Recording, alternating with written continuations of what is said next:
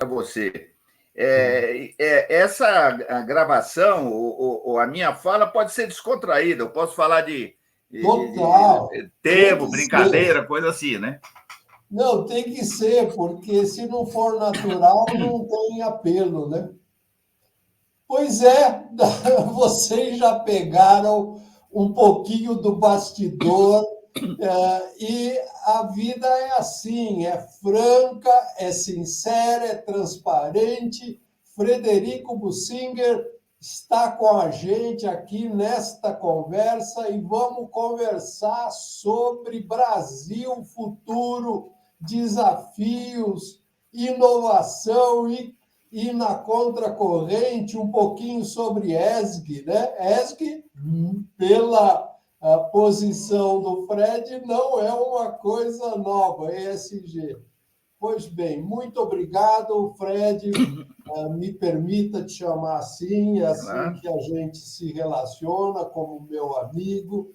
É o engenheiro, economista, o cara da logística, consultor, já atuou no metrô, já atuou na Secretaria de Transporte, já atuou no CONSAD, já atuou no Ministério dos Transportes, no Programa Nacional de Desestatização. Nossa, é mais fácil perguntar o que você não fez ainda.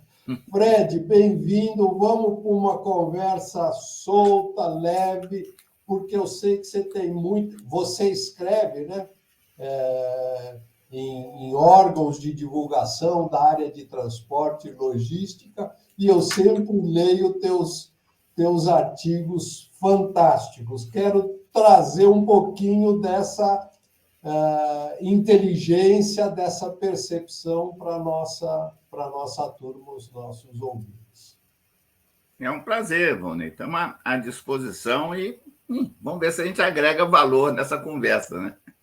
Com certeza, com certeza. Fred, o Brasil tem jeito?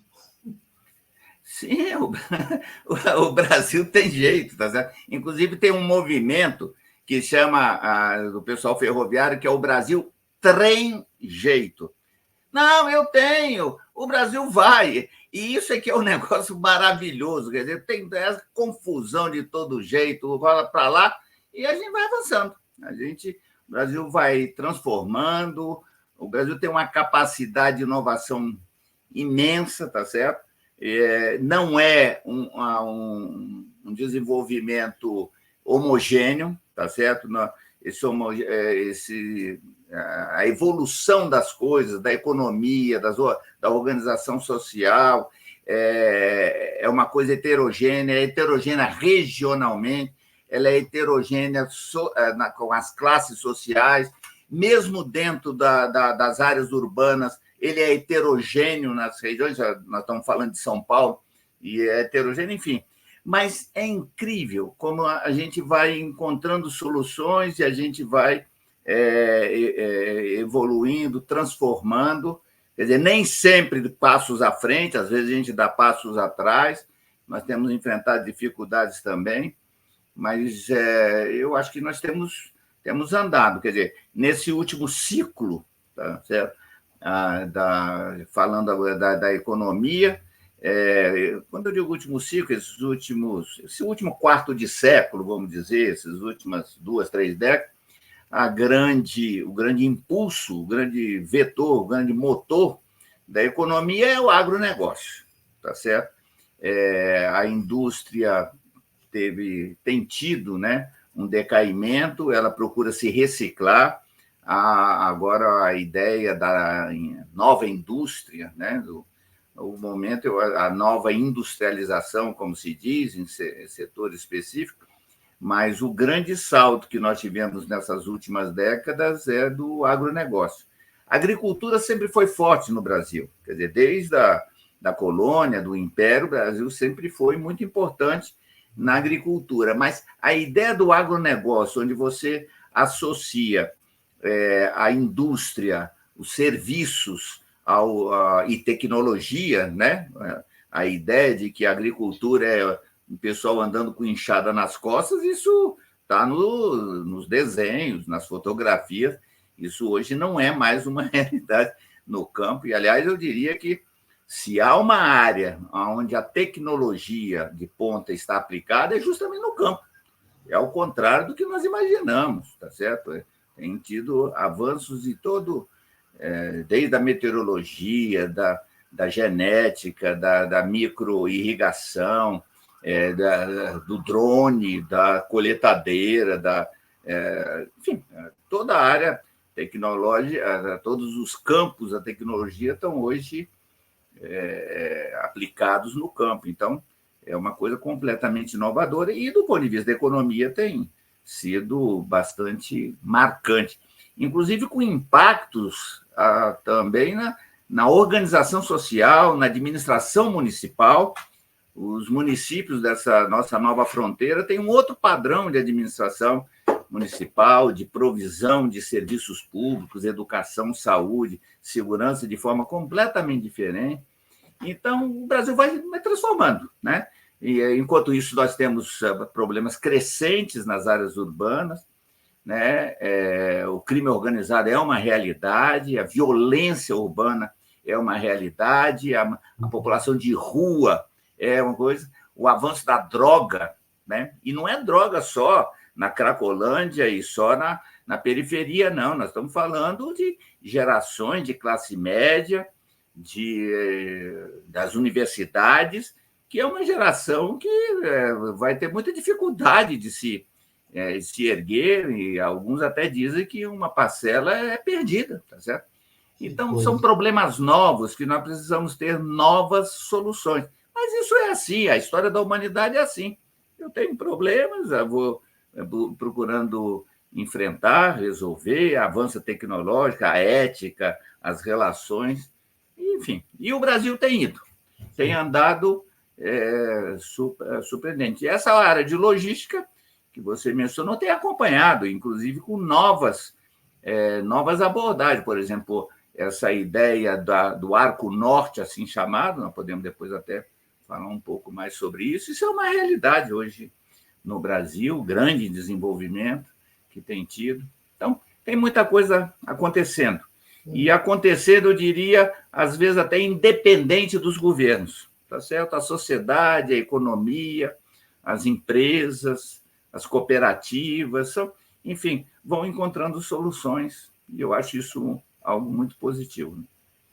O cidadão comum, ele às vezes fica muito focado no mundo dele, né? Quer dizer, na realidade, na rotina, no cotidiano, e olha as notícias, entra na briga, na polarização do clima político e esquece de ver um Brasil maior, um Brasil que transcende esse mundinho e essa forma de se prender emocionalmente na torcida ideológica, política, dos influenciadores de estimação. E eu acho muito, muito, muito importante essa sua visão abrangente. Como eu já conheço você há um bom tempo,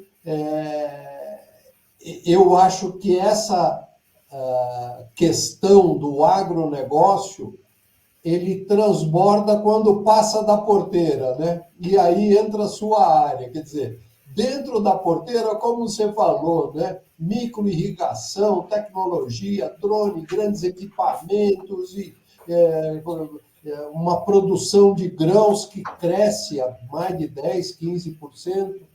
E eu até assisti um vídeo do Antônio Cabreira falando que o Paraguai já coloca 10 milhões de toneladas de grãos no Rio Paraguai para ir para o porto. E o Brasil... Mas o Amazonas coloca também, tá certo? Então, se você olhar o que só pelo Rio Madeira, pelo o Rio Tocantins, tá certo?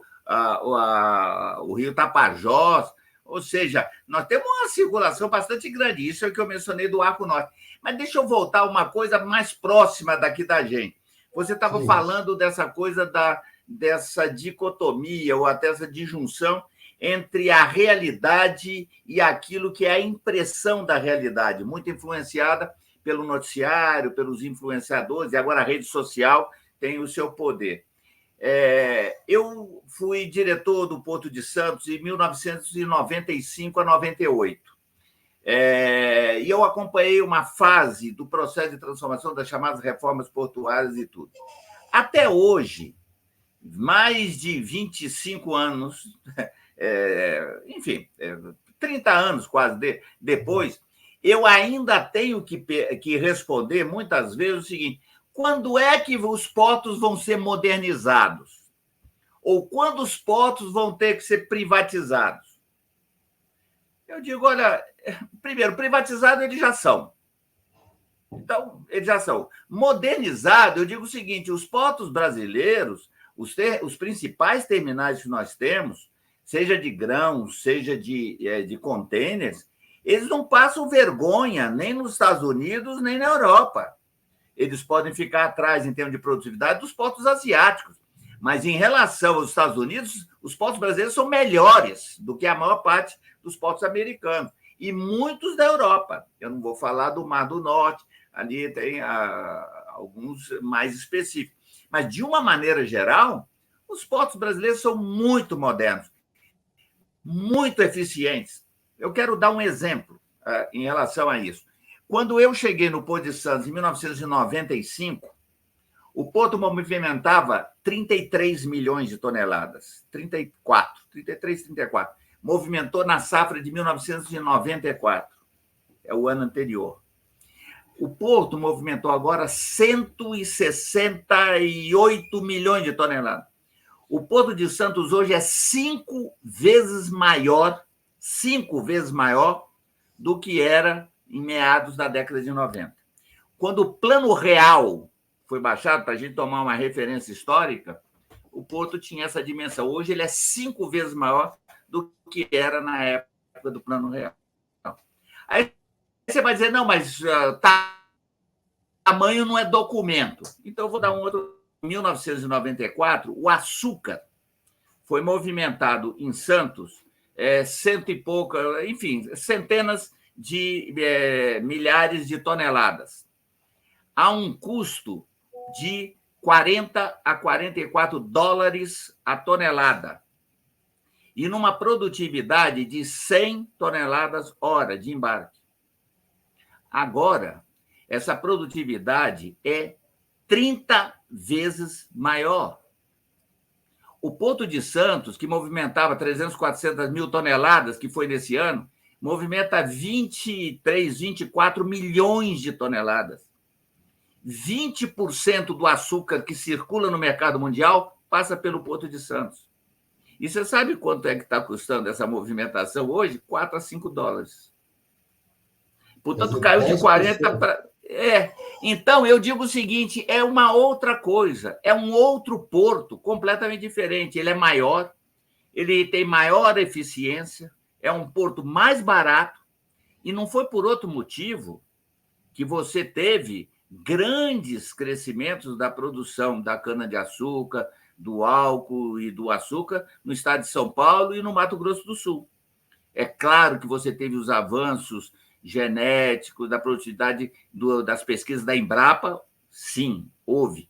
Houve os investimentos que você teve no plantio, na industrialização, mas esses avanços logísticos, e eu estou falando do porto, mas nós podemos falar de outra coisa. Por exemplo, quem inventou o transporte de suco de laranja, quem desenvolveu o transporte de suco de laranja a granel, em grandes quantidades, foi o Brasil. Ou seja, desde a produção da laranja, o processamento, o desenvolvimento dos caminhões, o embarque, o sequenciamento do embarque, os navios especializados para passar no Equador e não ter grande variação de temperatura, isso é desenvolvimento brasileiro. Isso foi desenvolvimento aqui no Brasil. E isso é dos últimos 30, 40 anos. Então, hoje o Brasil domina o mercado de suco de laranja mundial E é uma coisa que aconteceu nesse passado recente, um passado que nós vivemos aqui. Então, eu diria, a gente está muito desinformado. E aí eu diria, a imprensa é preguiçosa, porque a imprensa passou a ser muito opinativa. O jornalismo investigativo, que é da tradição, tá certo? Ele ficou para trás. Então, hoje, você tem muito mais o jornalismo opinativo, o jornalismo declaratório, do que o investigativo. Então, o que eu estou falando é só procurar. Se você pesquisar, isso está na internet, isso está nos dados das empresas, está no dado das oficiais. É só ter o trabalho de analisar isso que está aí disponível. Outra coisa importante, voltando agora, já entrando no nosso mundo do trabalho, que é o foco do seu canal, né? Eu diria, houve uma transformação brutal dessa mão de obra. Até meados do século passado, tinha concurso de que estivador conseguia segurar mais sacos de café nas costas. Era concurso. Tem foto disso aí, meados do século. Isso não existe mais, tá certo? Mas o que eu quero dizer é o seguinte: o trabalho ele sofreu uma transformação profunda. E se falava que você ia ter um desemprego total. Se você considerar hoje a massa de trabalhadores diretos ou indiretos ligados ao porto, ele é mais ou menos constante. Qual foi a diferença? A demanda hoje do mercado de trabalho em Santos é de trabalho qualificado, trabalho mais bem remunerado, muito mais tecnologia. Você sobe num portainer, você tem um computador, você está administrando um computador. É disso que. Então, você precisa conhecer isso. Então, a demanda hoje pela mão de obra no Pôr de Santos, e quando eu digo Santos, eu estou falando Santos, Guarujá, Cubatão, mas da Baixada Santista, é uma mão de obra qualificada, uma mão de obra mais bem remunerada, completamente diferente. Quantitativamente, ficou mais ou menos do mesmo tamanho, mas para um porto que cresceu 5 vezes. Então, a produtividade do trabalho humano individualizado, em média, cresceu brutalmente. Então, houve uma transformação, e isso está refletindo na criação dos cursos e treinamentos especializados para o pessoal da Baixada. E o pessoal que está indo para a Baixada também tem isso aí. Então, já houve uma enorme transformação, e essa transformação vai seguir existindo. Né? E quando você fala, você apontou bem as transformações no Porto de Santos, mas hoje o Brasil, porque Santos era Rio, Santos e Porto Alegre. Depois é que veio Paranaguá, Tubarão, e mais para o norte e nordeste, né? Como que está a situação portuária brasileira, comparativamente a Santos? Eu diria o seguinte: Santos cresceu, mas não foi o único. Em geral, os portos brasileiros cresceram todos eles.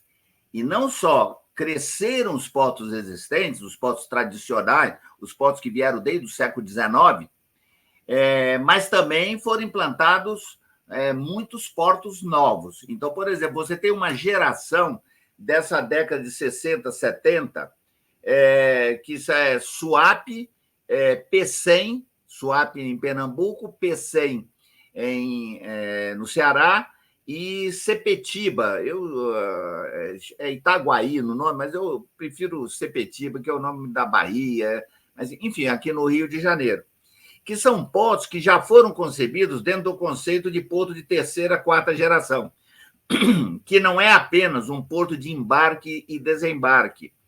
Ele é um porto onde você tem áreas de serviços associadas. Os espanhóis chamam de zona de valor añadido, zona de atividades logísticas, onde você faz assemblagem de equipamentos, você faz segmentação, você faz divisão de cargas especializadas, ou você tem atividades industriais.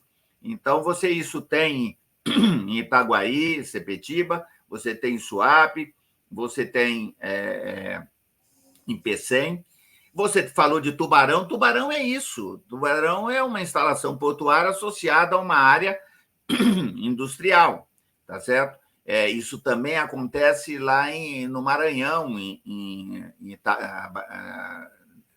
na Baía de São Marcos, lá no Porto de Itaqui e o Porto Vale também. Então, isso é uma tendência mundial e o Brasil embarcou nisso aí. Então, nós estamos indo. E agora, por exemplo, a novidade, a bola da vez, é a Associação Energia Porto. A Associação Indústria Porto, Serviço Porto, isso já é uma coisa mais antiga. Agora, essa associação de energia com Porto, e quando eu digo energia, não é apenas o embarque e desembarque dos terminais da Petrobras, da BR, distribuidora. Nós estamos falando também agora das plantas de hidrogênio. Nós estamos falando das fazendas solares. Isso no Nordeste é muito forte. Então, tem vários portos que... E eu até diria, hoje, todos os projetos portuários Greenfield, eles todos já têm associado isso. Então, Pecém é um porto que está bem na vitrine, né, no Ceará, mas você tem isso na Bahia, você tem isso no Maranhão, tem um projeto privado, o Terminal Portuário de Alcântara, que concebe isso, também essa área energética associada. Isso muda completamente, muda a dinâmica do porto, muda a logística e muda a demanda no mercado de trabalho. Ou seja, você hoje tem novas especialidades no porto. E uma coisa muito interessante, antigamente, a população de trabalhadores portuários era essencialmente masculina, não era? Hoje não, hoje a quantidade de mulheres no porto é grande, muito grande, né? Isso também mudou até o cenário do porto. São coisas bem diferentes que estão acontecendo e certamente acontecerão daqui para frente. É só acompanhar o noticiário, vocês vão ver esses projetos de hidrogênio verde, por exemplo. Hoje é a grande tendência. Isso vai acontecer em alguns portos, né? Eu não pesquisei muito, eu só ouvi falar essa questão do hidrogênio. O que é? O Brasil está exportando, está preparando o hidrogênio? O que seria isso? Veja só, dentro dessa chamada transição energética, existem várias alternativas que estão sendo analisadas, né? Então, a eletrificação é uma delas. Então, a gente ouve falar dos carros elétricos, ouve falar dos ônibus elétricos, quer dizer, metrô sempre foi, né? Trens também já tinha uma boa parcela disso. Mas agora você tem os veículos, e agora, recentemente, semana passada, ou 2 semanas atrás, saiu a notícia de um teste de avião elétrico. Bom, para que os veículos sejam eletrificados, é preciso que haja provisão de energia. E para que você não caia no combustível fóssil, você precisa ter outras fontes. Então, por exemplo, a Europa tem um grande inventário sobre a demanda dela. Eles trabalham muito no horizonte 2050, né? Na Europa. Então, eles têm um inventário e que eles têm todo o projeto para eletrificar o consumo, como eu já dei alguns exemplos, mas não tem fonte de energia suficiente. Eles precisam buscar. É claro que você não vai poder fazer uma linha de transmissão do Brasil para a Europa, tá certo? Será muito complexo. Então, o hidrogênio, inclusive há uma discussão aí, às vezes até em tom de brincadeira, que é o seguinte: o hidrogênio não é exatamente um combustível, ele é uma bateria. Ou seja, o hidrogênio ele é uma forma que, por exemplo, você pode pegar a energia eólica, a energia solar, que tem no Nordeste brasileiro, você transforma em hidrogênio, você transporta, e o hidrogênio passa a gerar energia limpa na Europa, para ficar num exemplo. Então, o hidrogênio ele é uma forma de acúmulo de energia, porque as energias renováveis elas têm um problema: não tem sol à noite. e o vento não sopra o ano todo de forma igual, né? Então, a energia renovável é muito boa, mas ela tem essas limitações. Então, você precisa equalizar isso. E o hidrogênio passa a ser uma... Você tem usinas hidrelétricas reversíveis, onde você exerce esse papel, isso já é mais antigo, mas agora uma das grandes tendências é justamente o hidrogênio, para ele fazer esse papel, entre aspas, como se fosse uma bateria. Ele acumula energia e permite, então, que seja exportado, transferido e gerada energia. Então, é como se o sol do Nordeste pudesse ser transmitido para a fria Europa, ou onde estiver. Aproveitar para fazer uma piadinha aqui com a Dilma, né? No fundo, ela falou para estocar o vento, mas era estocar hidrogênio. É uma forma. Não, mas é uma forma. Agora, você falou do cenário portuário, deixa eu mencionar um outro aspecto bem interessante. Há uns 20 anos atrás, o pessoal da Confederação Nacional da Agricultura criou um conceito que é do paralelo 16. E o que é o paralelo 16? O paralelo 16 é o paralelo que passa assim, para a gente ter uma referência, em Cuiabá, Brasília e Ilhéus. E a ideia aí é o seguinte: esse seria um ponto de indiferença logística. E quando nós falamos em logística, nós estamos falando em tempo e estamos falando em custos. Então, em torno do paralelo, você teria uma zona de indiferença, que seria mais ou menos igual você exportar pelo norte, pelos portos do norte ou do sul. E esse conceito ele acabou, não é um conceito oficial que está sacramentado em nenhuma norma, em norma técnica ou legislação, mas ele hoje é usado logisticamente, ele é um conceito logístico. Do mesmo jeito que o Tratado de Tordesilhas dividiu o Brasil de norte a sul geopoliticamente, o paralelo ele divide o Brasil norte e sul logisticamente, é um conceito logístico. E o que tem acontecido é de que a produção brasileira, se você olhar no mapa, ano a ano, ela tem subido. Então, ela tem ficado mais próxima de chegar aos portos do Norte e Nordeste. E tem tido uma expansão portuária muito grande, seja de instalações portuárias dos navios de longo curso, né, para navegação, também de terminais hidroviários. Então, você pega no Rio Tapajós, por exemplo, a região de Miritituba, Itaituba, Miritituba, hoje você tem quase uma dezena de terminais lá de primeiríssima linha. De primeira, top, tá certo? Padrão internacional. E que fazem as cargas do Centro-Oeste, chegam nele e embarcam nas barcaças, nos comboios, vão até algum porto próximo já do Oceano Atlântico, seja ele Vila do Conde, no Pará, seja Santana, no Amapá, e fazem os embarques em navio de grande porte. Então, essa logística trimodal, isso é uma realidade que já está implantada, e os nossos rios estão sendo intensamente utilizados. Você falou do Paraguai, é verdade. Inclusive, existe agora o projeto de concessão, né?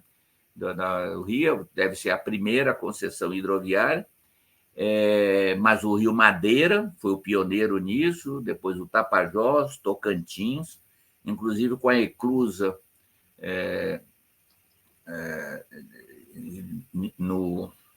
como chama a hidrelétrica de... escapou no Tocantins. Não, Belo Monte é no Xingu. Enfim, é no Tocantins. Enfim, tem a eclusa que permite agora a navegação, então você navega de Macapá até a Baía de Guajará, Belém, Outeiros, Miramar, Vila do Conde, enfim. Então, isso tem sido bastante utilizado, né? De forma regular para exportação. E de forma que a movimentação do Arco Norte, ano passado, foi mais ou menos do tamanho de Santos. Somando os portos inteiros, é praticamente o tamanho de Santos. Então, já é uma realidade bastante eficiente. E tem muitos projetos de desenvolvimento. Eu, inclusive, tenho trabalhado em alguns desses projetos, então eu tenho gravitado muito no norte. Isso já desde nas últimas 2 décadas. Você tinha, no preâmbulo, na hora que a gente estava se preparando aí, você tinha mencionado que para ir para o Nordeste o consultor gastava o dia todo, né? Porque tinha que viajar, às vezes fazia uma reunião de 1 hora, viajar, como que é isso, né? O que aconteceu? Qual a diferença que você vê agora? É verdade. As cidades que tem, Belém, São Luís, Fortaleza, estão a 3 horas e meia, se for voo direto, né? Manaus, 4 horas. E se tiver escala, 5, 6 horas, enfim. E eu fiz muitas essas viagens. Muito essas. Fazia isso no mínimo uma vez por mês, durante 20 anos. Às vezes eu fazia 2, cheguei a fazer 3 vezes no mesmo mês. E voltar. E o que eu estava comentando é que a tecnologia de comunicação, quer dizer, eu nem vou chegar lá atrás no telégrafo, eu já vou entrar do fax para frente, tá certo? Sim. Depois do celular, aí entra a fibra ótica, enfim. Essa tecnologia já estava disponível nos anos 90, no início do século XXI. Né? O início do século XXI já está há mais de 20 anos, tá certo? Quase um quarto de século nós já percorremos no século XXI. Mas qual é a diferença que eu notava? Apesar de poder fazer a comunicação, e eu fiz muitas vezes isso, isso é uma percepção pessoal, eu não tenho comprovação disso, científica, não. É só uma impressão. Havia um mal-estar quando o consultor criava alguma dificuldade para não viajar e fazer reunião lá no local. Eu acho, ninguém nunca me falou isso, mas eu senti, às vezes, assim, preguiçoso, tá certo?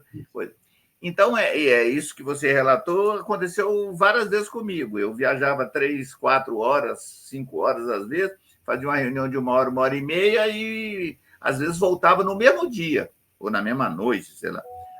Isso aconteceu diversas vezes. Não era rotineiro, mas chegou a acontecer. Veio a pandemia, e a pandemia mudou muita coisa na nossa vida.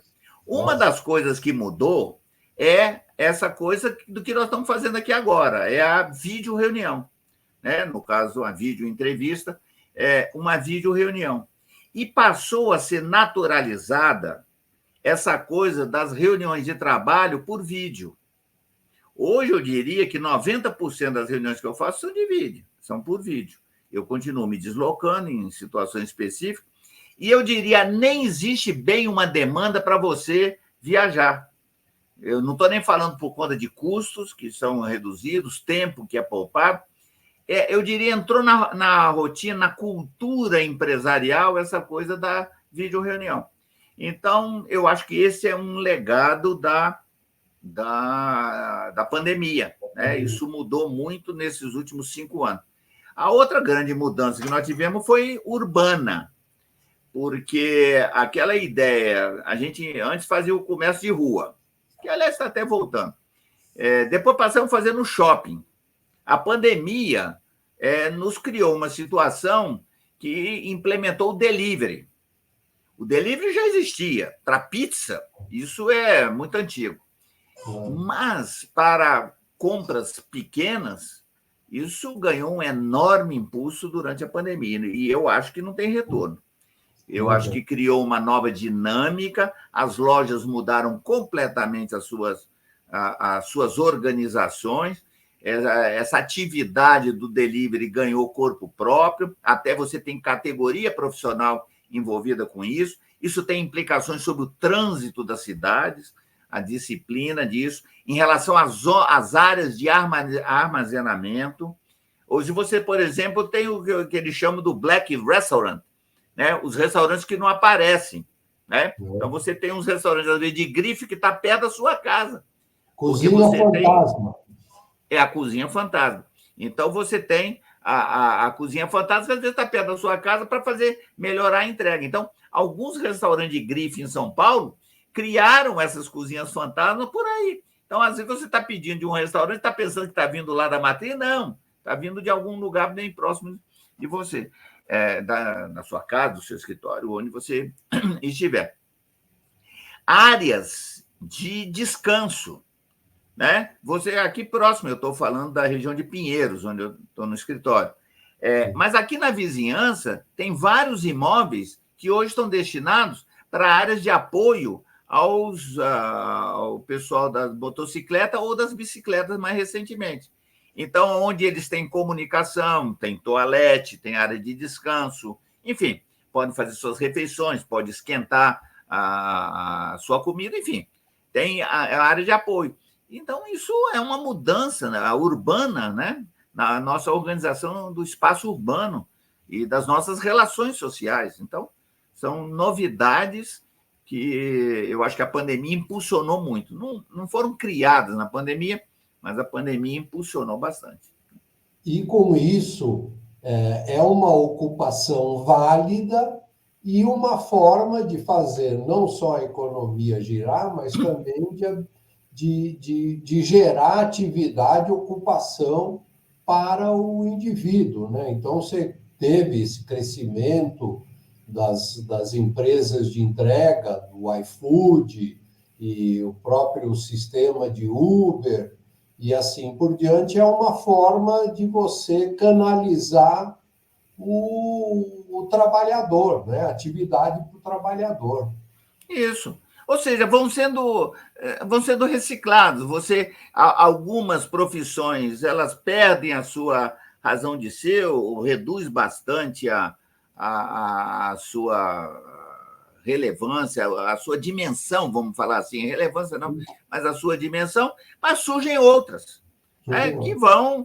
Essa é a dinâmica da história da humanidade. Isso tem acontecido. Algumas coisas que a gente olha para trás e fala, mas era assim, tá certo? Não. Por exemplo, eu fiz curso de datilografia. A primeira atividade que eu tive foi ser datilógrafo. Eu produzia textos e fazia isso, ganhava os trocadinhos. Hoje, datilógrafo praticamente é raro, tá certo? Não é que não exista, mas é raro gente estar dedicada a essa atividade. Praticamente a função de datilografar foi incorporada a cada um dos cidadãos. Todo mundo. Todo mundo, isso é uma necessidade básica. Porque senão eu não digito. É claro que tem aqueles que digitam com 10 dedos e aqueles com só 2 dedos. Mas isso também era assim na datilografia. Também. É uma novidade, está sendo no espaço. Então, isso foi incorporado na nossa atividade. Né? É verdade, é verdade. Eu li até eu compartilhei para algumas pessoas um artigo que você escreveu criticando o futebol, mas você criticou sobre uma ótica diferente. Não é questão de criticar o fulano, o jogador tal, o técnico. Existe algo por trás do modelo em que o futebol assimilou vamos dizer assim, uma mania brasileira ou um descuido. Você poderia falar sobre isso? Posso. Veja, isso é importante da gente conversar e a gente refletir sobre esses casos concretos, coisas que faz parte do nosso cotidiano, mas nós procuramos nos distanciar um pouco para entender o significado das coisas ou as razões pelas quais elas colocam. Nós estávamos falando, antes de falar do futebol, nós estávamos falando agora dessa questão da inovação na mobilidade, na logística urbana, ficando nela, porque isso vale de uma maneira geral, mas vamos ficar só no urbano. E eu estava imaginando que, quando a gente fala de mobilidade, e eu convivo nessa comunidade da mobilidade, do transporte, do trânsito, a gente trabalha com duas ideias. Quando fala de mobilidade, normalmente está associado ao transporte de pessoas. E quando a gente fala de logística, normalmente nós estamos associando a movimento de carga. Esse é um conceito, ele é impróprio no seu sentido mais técnico, conceitual, porque, na verdade, essas coisas se interpenetram, mas não é esse o ponto que eu queria trazer aqui. E aí eu estava fazendo uma reflexão que é o seguinte, na verdade, quando a gente fala dos fluxos do movimento, e existe uma arquiteta muito famosa americana que ela trata da cidade em movimento. Então, a gente fala dos planos diretores. O plano diretor, o que é? Um conjunto de desenhos e um conjunto de letras de texto. Mas ela trata de uma forma diferente. Ela fala do movimento, ela fala dos fluxos. E quando a gente olha a cidade com esse conceito dos fluxos, a gente tem uma percepção diferente da cidade que a gente está vivendo. E aí eu estava organizando um pouco essas ideias e digo assim, na verdade, na cidade, nós temos fluxo de 3 coisas. Nós temos fluxo de massa, energia e informação. E eu até estava dando um exemplo prático. Eu vou numa consulta médica. Tradicionalmente, eu vou ao consultório do médico. Portanto, eu levo os meus 85, 90 quilos até lá. Pego um carro, pego um táxi, pego um Uber, pego o metrô, enfim, e me desloco lá. Vou até lá. E aí faço a consulta. Mas eu não precisava deslocar a minha massa em relação a isso. Eu posso fazer uma consulta levando só a minha informação. Eu não preciso me deslocar. Do mesmo jeito, quantos motoboys estão circulando nesse momento que nós estamos conversando? Um cara de 80 quilos em cima de uma moto de 150, carregando um documento de 20 gramas.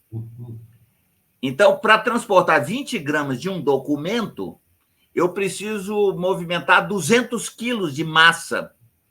E hoje, com a digitalização e a evolução da tecnologia, eu consegui intercambiar isso. Então, ao invés de levar a massa, eu posso levar a energia, ao invés de levar a energia, eu levo a informação. Então, na verdade, um plano de mobilidade urbano, ele deveria ser um plano tratando dessa trilogia, vamos dizer assim, né? Então, esse tipo de reflexão, às vezes, facilita o nosso entendimento. Quando eu mencionei, você mencionou o artigo, a analogia que eu fiz foi do futebol como commodity. Porque o Brasil é muito bem sucedido nas commodities, seja na produção dos minerais, o ferro, enfim, alumínio, ou na produção agrícola, nós já falamos sobre isso. Só que as commodities, em geral, têm um valor agregado muito baixo. Você vai agregando valor quando você vai transformando, industrializando ou prestando um serviço. A grande comparação que a gente tem é o seguinte: compare o custo de café em grãos com o custo do café em cápsula. Você vai ver vezes mais o custo na cápsula. E é uma coisa interessante, o Brasil, há mais de um século, ele é o maior produtor e o maior exportador de café. E as grandes invenções associadas ao café não são brasileiras, nem o filtro de papel. Então, nós temos uma commodity na mão, eu estou exemplificando o café, mas, na verdade, nós temos, importamos ou absorvemos a tecnologia que nós não desenvolvemos e poderíamos ter desenvolvido associado. O mesmo raciocínio pode fazer com ferro. A gente exporta o minério de ferro, que é uma coisa até barata, e depois vai importar todos os eletrodomésticos, veículos e tudo que tem sido bastante transformado. Bom, eu usei essa analogia no caso do futebol. Nós temos estado muito mal no futebol. Essa derrota na Copa América, eu acho que era uma coisa inesperada e eu acho que é inexplicável. Por que é que o ataque do Real Madrid é campeão do mundo jogando na Europa em coisa e na seleção brasileira nós somos desclassificados na quarta de final? Vocês já pensaram Vini Júnior, Rodrigo e Endrick juntos? eles estarão jogando dentro de um mês na Europa e possivelmente serão campeão da Europa e será campeão do mundo de novo. Por que eles jogam lá e não jogam aqui? O Brasil, nos últimos 5 anos, exportou 1.200 e tantos jogadores. 1.200 e tantos jogadores. Mais de $1 bilhão de jogadores. Portanto, matéria-prima, vamos entender assim, entre aspas, nós temos. E por que nós não conseguimos transformar esses jogadores em times competitivos? Qual é o problema? É o técnico, é a organização, é o gerenciamento, é a nossa cultura. Onde é que está o erro? Então, eu acho que nós temos, fazendo sempre analogicamente, nós temos sido competentes em produzir a commodity, entre aspas, jogador de futebol, mas não temos sido competentes para produzir times de futebol. Quer dizer, há muito tempo nós não ganhamos nada relevante, não é isso? Então, já estamos aí por 2 décadas de coisas maiores. Então, eu acho que esse espírito da commodity, esse é o saldo de qualidade que nós precisamos dar. Não que a commodity não seja importante. Claro. É uma bênção que nós tenhamos sejamos capazes, que está desenvolvendo, é importante que o agronegócio vá para frente, não é para jogar uma coisa contra a outra. Mas eu acho que nós temos que dar um salto de qualidade nessa nossa capacidade de transformação, de planejamento, de gerenciamento. Então, conseguir. Isso vale para o futebol, isso vale para a mineração, isso vale para os produtos agrícolas, isso vale de uma maneira geral. Então, eu acho que a Copa América, eu aproveitei o pretexto da derrota para a gente procurar refletir e tirar algumas lições sobre nós mesmos, né? Sobre o país, sobre a nossa sociedade, esse momento que nós estamos vivendo. Sim. E essa é uma das nossas preocupações aqui no canal, porque a gente tem focado muito em relação ao futuro do trabalho, em relação à própria carreira, né? E que conselho você daria? Imaginemos um sobrinho com seus 30 anos, já meio que definindo para onde vai na carreira. Que conselho você daria para quem está ou já na ascensão ou na entrada do mercado de trabalho, nesse mundo em convulsão, nesse mundo sempre em transformação? Deixa eu dizer, eu vou até, não vou me furtar de responder essa pergunta, mas eu preciso dar um depoimento o seguinte, eu não considero que nós temos uma geração perdida, né?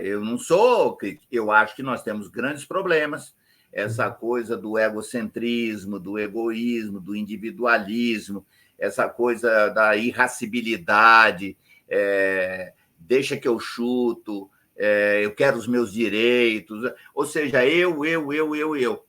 Nós temos muito disso, e eu acho que isso responde um pouco pela nossa dificuldade de tratar, até de trabalhar, porque o trabalho não é uma coisa hoje tão meritória como foi no passado, não.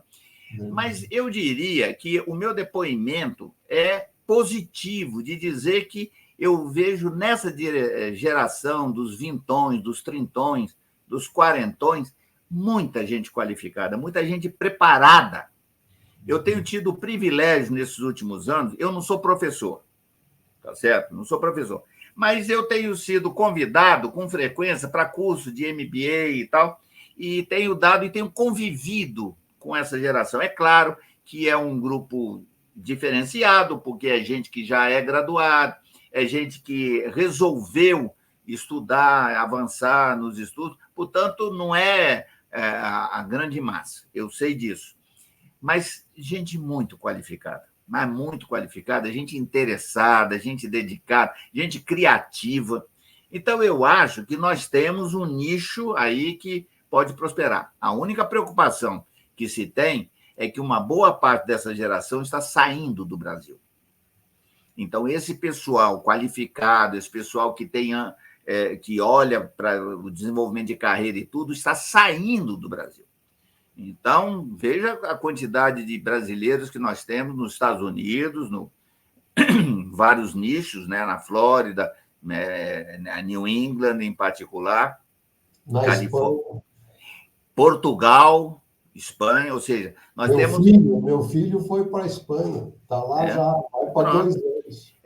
E muitos desses não voltarão. Então, isso é uma perda. Então, até nisso, nós temos sido capazes de gerar talentos, de desenvolver, de burilar, mas nós perdemos. Né? Perdemos porque o mercado não absorve, porque a sociedade não valoriza. Bom, cabe uma discussão. Talvez até esteja vinculado à questão do futebol, né? Exatamente. Então, a gente pode talvez generalizar. Mas eu sou positivo porque eu tenho convivido com isso. Todo ano, 4, 5, 6 desses. Muito gratificante, eu me entendo bem, tá certo? Eu aprendo muito com eles, tá certo? Acho que ajudo, contribuir com eles e a gente se entende muito bem. Então, eu tenho uma esperança nisso.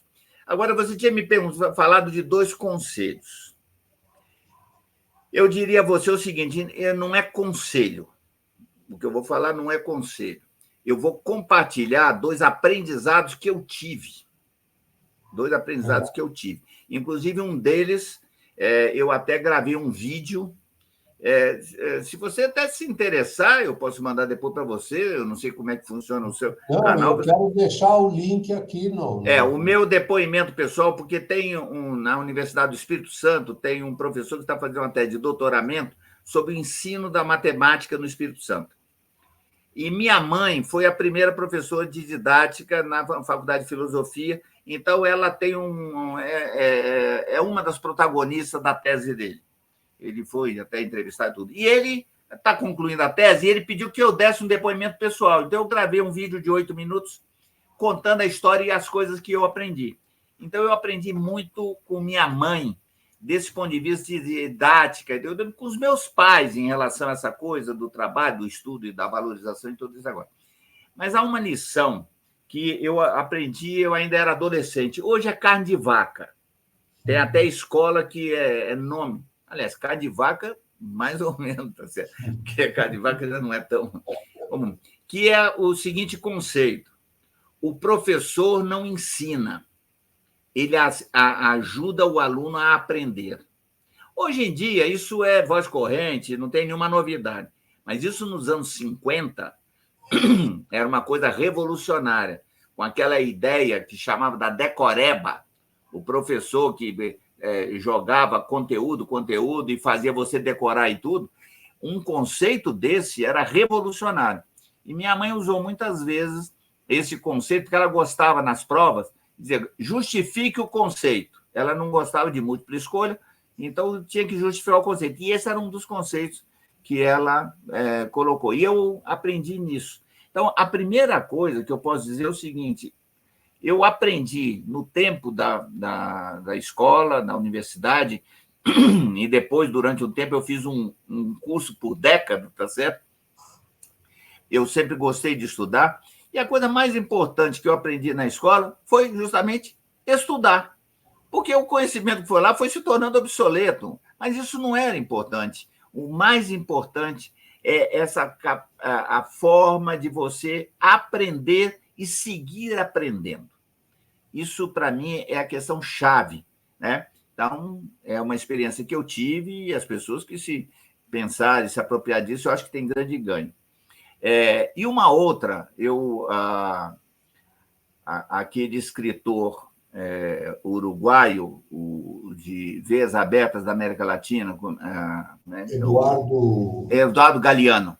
Em 1988, eu fui participar de um evento em Cuba e, na volta, no Panamá, por uma circunstância, acabou tendo um debate na televisão, estava lá, e estava o Eduardo Galeano, tinha outras pessoas, e eu ouvi do Eduardo Galeano uma frase que também me marcou e eu cito com frequência.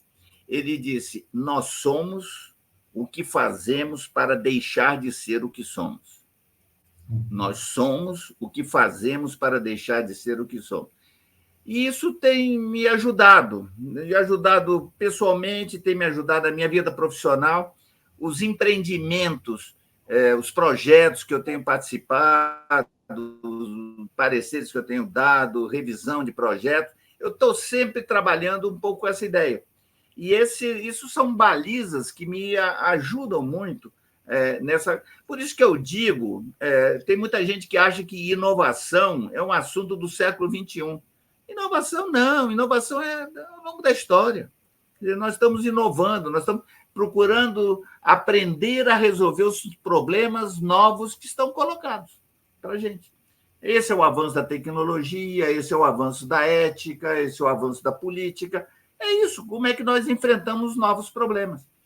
Então, eu diria que para as novas pessoas, se você tiver esse conceito, eu acho que isso pode essas ideias, isso pode te ajudar muito, tá certo?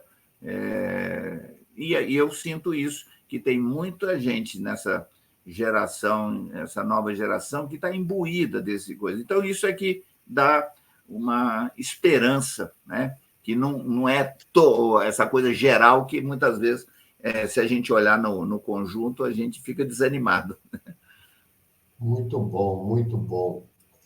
Fred, uma sequência, uma série de contribuições. Achei fantástica a nossa conversa. Eu sei que nós vamos aproveitar muito essa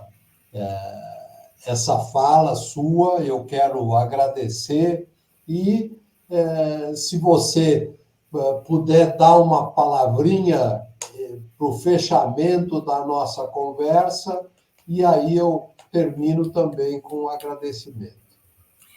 Veja, eu tenho a agradecer. Se você for deixando, a gente vai conversando, isso vai longe. Pega um detalhe, um fio da meada que tem daqui para lá. E pode seguir por muitos caminhos. Cada uma dessas coisas tem detalhes, tem um contraditório. Uma coisa que eu acho importante e que eu sinto falta nos dias atuais é a ideia do debate. Realmente eu sinto uma carência. Eu fui formado nos anos 70 na universidade, depois um pedaço nos anos 80. Eu participei do movimento estudantil na universidade, depois estive muito envolvido nas diretas já, depois no processo constituinte, estive muito envolvido com isso. E uma das coisas que eu lembro e que eu sinto falta nos dias atuais, é difícil até explicar todas as razões, é a falta do debate. Hoje nós vivemos um mundo de narrativas.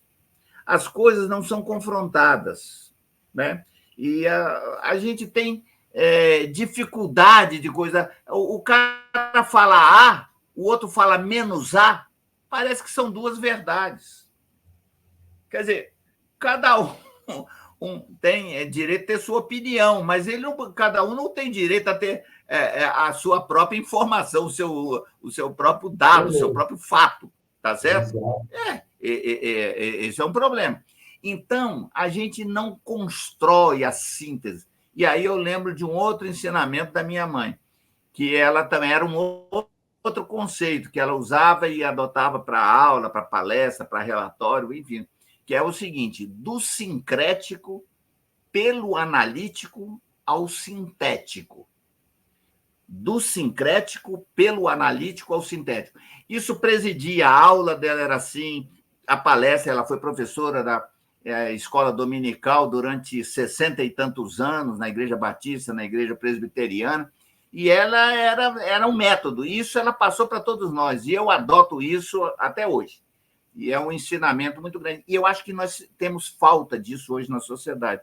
Então, nós temos narrativas e narrativas sem ter capacidade de fazer síntese. E eu acho que isso é um dos fundamentos do fla-flu político que nós vivemos. Essa polarização é porque cada um tem direito a ter narrativas. E, é claro, com a tecnologia, as redes sociais, isso ficou muito facilitado.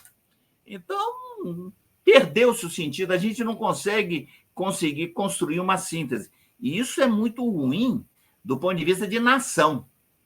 Então, a nação, qual é o eixo? Por onde que nós vamos? Então, é uma das carências que eu sinto, e é uma coisa que eu lamento, tá certo? E eu gosto. Então, quando você traz uma entrevista desse tipo, dá oportunidade e às vezes até levanta, acontece, e isso está gravado, não sei como vai circular, mas está sujeito a contestações. Isso é muito bom. É muito bom, é muito bem-vindo. E por isso eu agradeço essa oportunidade que você deu aqui para trazer a coisa. Nós é que agradecemos. Como vocês viram, né,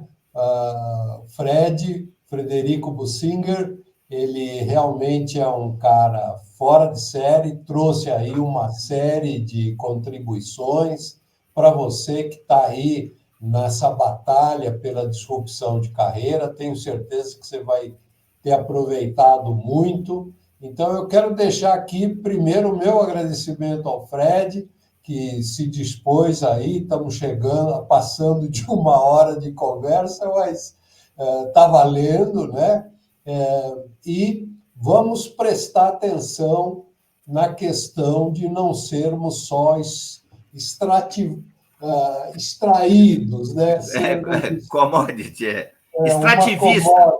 Extrativistas, quer dizer, entrar na vibe extrativista e nos tornarmos commodity. Então, podemos agregar valor à nossa vida, às nossas competências e realmente enfrentar os desafios de hoje, do amanhã, construir o nosso futuro, porque eu também sou parceiro, eu faço as palavras do Fred, as minhas, de que o Brasil realmente tem jeito e a gente tem que apostar em nós mesmos, no nosso país e no futuro. Muito só obrigado. Uma palavrinha, Alvonei, só um registro seguinte, eu não sei qual é a dinâmica do canal, não, pode. Não, o que eu ia dizer é o seguinte, essas coisas que eu falei aqui são sínteses, são quase bullets de tópicos de coisas. Se alguém se interessou por algum desses temas, eu tenho muitos artigos escritos, centenas de artigos, milhares até. Quase todos esses enunciados que eu disse, tem algum artigo que eu escrevi sobre um tema. Então, você deve ter aí um tipo do Fale Conosco aí do canal.